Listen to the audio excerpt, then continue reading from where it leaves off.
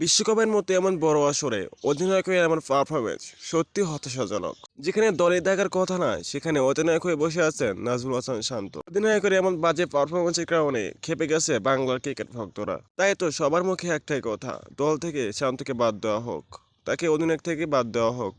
আর শান্তর মতোই টানা ব্যর্থ লিটন কুমার দাস, যেখানে দেশের ওপেনার তামিম ইকবাল বসে আছে বাইরে। তাই তো বাংলার টাইগার সমর্থকদের একটাই কথা, শান্ত এবং লিটন দাসকে বাদ দিয়ে ওপেনিংয়ে তামিম ইকবালকে আনা হোক, তাহলে হয়তো দলের ঘাটতিটা পূরণ হবে। এটা নিয়ে যেন বিতর্কের সৃষ্টি হয়েছে বাংলার সমর্থকদের মাঝে। শেষ ম্যাচে নেদারল্যান্ডের বিপক্ষে জয় পেলেও শান্তর পারফরমেন্স নিয়ে খুশি নেই বাংলার ভক্তরা। সবার মুখে একটাই কথা, আবারও তামিম ইকবালকে ফিরে এনে শান্তকে বাদ দেওয়া হোক, সে অধিনায়কের যোগ্যই নয়। আর এমন সমালোচনার কারণে নড়েচড়ে বসেছে বিসিবি। বিশ্বকাপের পর শান্তর অধিনায়কতা থাকবে কিনা রয়েছে সহিংসতা। প্রিয় দর্শক, আপনার কি মনে হয় শান্ত কি সত্যি টি-20 বিশ্বকাপে অধিনায়ক হওয়ার যোগ্য?